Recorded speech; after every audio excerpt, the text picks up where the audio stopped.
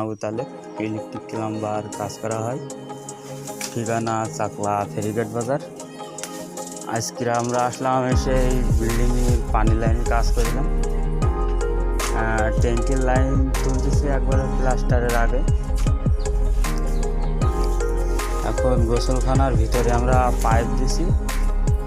এখন পানি লিকেজ হচ্ছে কিনা চেক করতেছি যে মোটরের পানি দিয়ে।